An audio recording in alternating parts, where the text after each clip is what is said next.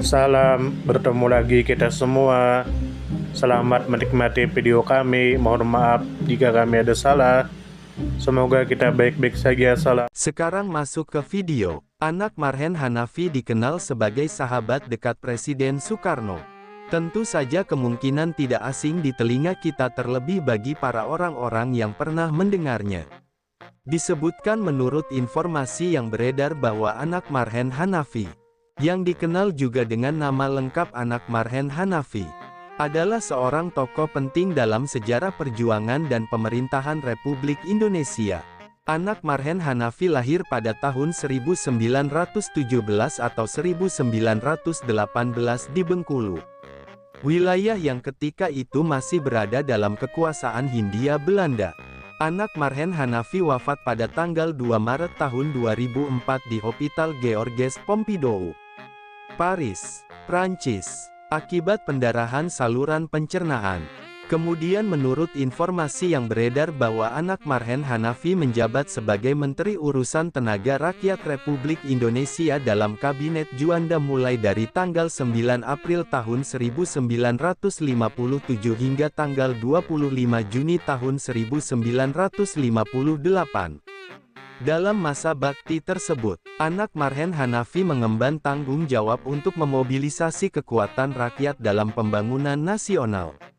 Setelah itu, anak Marhen Hanafi melanjutkan pengabdiannya sebagai Menteri Negara Republik Indonesia pada kabinet yang sama dari tanggal 25 Juni tahun 1958 hingga tanggal 6 Juli tahun 1959.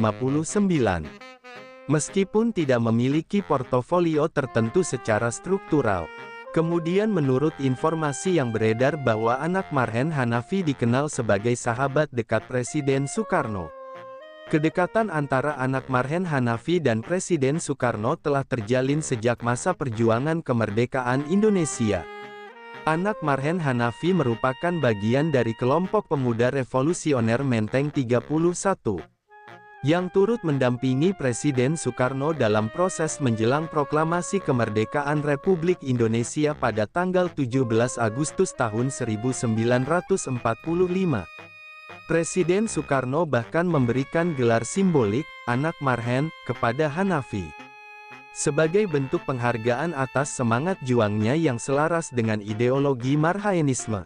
Julukan tersebut akhirnya digunakan secara resmi sebagai nama panggilan politik anak Marhen Hanafi, yang sering ditulis sebagai A.M. Hanafi. Kemudian menurut informasi yang beredar bahwa pada tahun 1963 hingga 1965, anak Marhen Hanafi ditunjuk oleh Presiden Soekarno sebagai Duta Besar Republik Indonesia untuk Republik Kuba.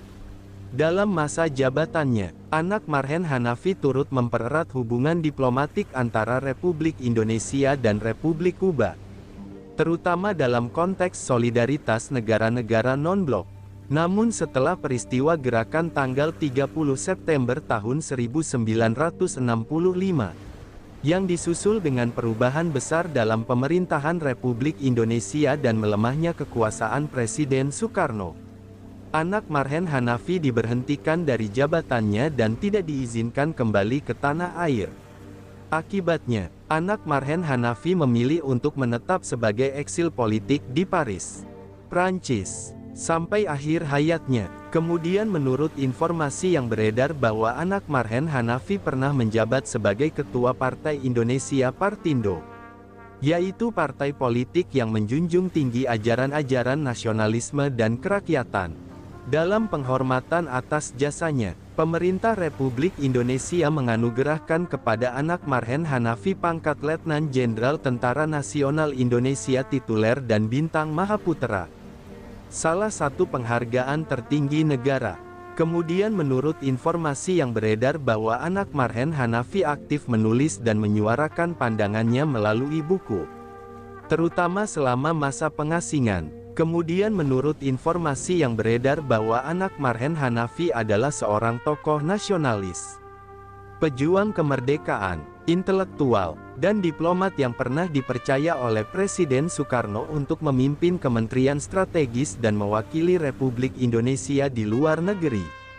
Perjalanan hidup anak Marhen Hanafi mencerminkan dedikasi kepada rakyat, keberanian melawan penindasan, dan komitmen terhadap cita-cita kemerdekaan. Hingga akhir hayat, anak Marhen Hanafi tetap setia pada nilai-nilai perjuangan 1945 dan tetap memperjuangkan warisan pemikiran Presiden Soekarno dari tanah pengasingan. Kemudian menurut informasi yang beredar bahwa anak Marhen Hanafi belum secara resmi ditetapkan sebagai pahlawan nasional Indonesia oleh pemerintah Republik Indonesia hingga tahun 2025.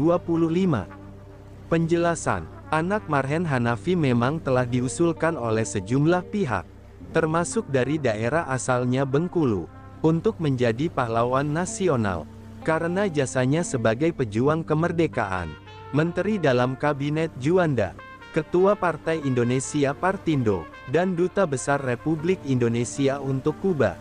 Namun, hingga saat ini belum ada keputusan Presiden Republik Indonesia yang menyatakan anak Marhen Hanafi sebagai pahlawan nasional.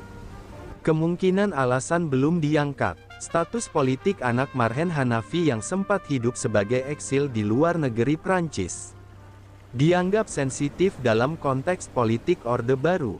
Dan kedekatan anak Marhen Hanafi dengan Presiden Soekarno dan kritiknya terhadap Presiden Soeharto pada masa lalu juga menjadi faktor pertimbangan sejarah yang kompleks. Lalu upaya pengusulan, pemerintah Provinsi Bengkulu dan beberapa tokoh sejarah sudah pernah mengusulkan agar anak Marhen Hanafi diberi gelar pahlawan nasional. Salah satu sumber antara News A.M. Hanafi dari Bengkulu diusulkan jadi pahlawan nasional. Kesimpulan, anak Marhen Hanafi belum berstatus sebagai pahlawan nasional. Namun jasa dan kontribusinya bagi bangsa Indonesia telah diakui secara luas dan terus diperjuangkan untuk mendapatkan pengakuan resmi dari negara. Sumber referensi Google Chrome dan ChatGPT+. Di balik kemajuan suatu bangsa, tentu kita tahu akan ada selalu sosok-sosok yang memberikan pengaruh besar, meski sering tak terlihat. Mereka bukan hanya terkenal karena jabatan, tetapi karena dedikasi dan ketulusan dalam bertindak. Tokoh atau figur seperti itu tentu kita tahu lahir dari berbagai latar belakang. Ada yang berasal dari desa kecil, dan ada pula yang tumbuh di tengah kota yang ramai. Tentu kita tahu bahwa tokoh bukan hanya soal ketenaran. Tokoh adalah tentang peran. Mereka bisa menjadi seorang guru yang sabar mendidik di pelosok negeri, atau seorang warga biasa yang peduli terhadap lingkungan dan konsisten menjaga kebersihan kampungnya. Semoga apa yang kami sampaikan bisa bermanfaat, menambah wawasan, dan jadi motivasi positif untuk kita semua. Dan tentunya semoga kita semua selalu diberikan kesehatan, selalu dilancarkan rezeki, selalu dimudahkan segala urusannya. Dan jika Anda mempunyai pertanyaan atau komentar atau saran, langsung saja tulis di kolom komentar. Kami sangat terbuka buat masukan yang membangun supaya kedepannya bisa lebih baik lagi. Jangan lupa like, share, subscribe biar Anda tidak ketinggalan konten-konten seru dan bermanfaat. Tetap semangat, jaga kesehatan, dan terus jadi versi terbaik dari diri Anda. Sampai berjumpa di video selanjutnya. Salam hangat dari kami semua, dan selamat beraktivitas. Jika ada salah kata atau penyampaian yang kurang pas, itu murni kami pribadi yang salah. Terima kasih banyak, mohon maaf yang sebesar-besarnya. Semoga kita dan orang tua kita masuk surga, amin, salam damai.